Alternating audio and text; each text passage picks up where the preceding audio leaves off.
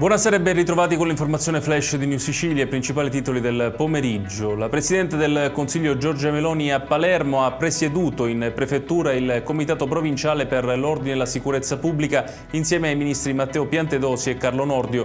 La Premier ha annunciato un'operazione straordinaria di controllo nei quartieri più a rischio, a partire dallo Zen, valutando anche l'impiego dell'esercito. Successivamente l'omaggio a Giovanni Falcone e Francesca Morvillo con lo svelamento a Palazzo Jung della Fiat Croma sulla quale viaggiavano al momento della strage di Capaci.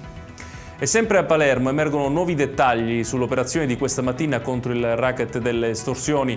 Nella cella di Salvatore Verga, ritenuto dagli investigatori al vertice della rete criminale, sono stati trovati 2 telefoni e un presunto libro mastro con l'elenco delle attività da sottoporre al pizzo. Secondo l'accusa, chi eseguiva materialmente gli incenti intimidatori poteva ricevere in cambio una somma di 400 euro.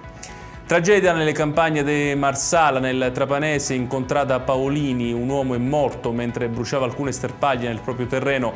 Le fiamme, alimentate dal caldo e dal vento di scirocco, lo avrebbero circondato, impedendogli di mettersi in salvo. Sul posto sono intervenuti i vigili del fuoco, i sanitari del 118 e la polizia.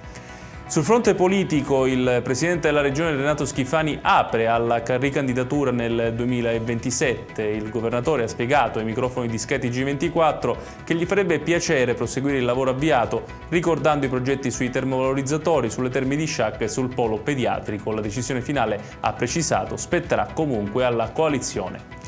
Infine a Catania, dove Orazio Grasso ha giurato come nuovo assessore comunale alla viabilità e alla polizia locale. Dopo aver ringraziato il sindaco Trantino per la fiducia, Grasso ha indicato come priorità del suo incarico i collegamenti con l'aeroporto, la viabilità sul lungomare, i cantieri di Ognina e via Santa Sofia.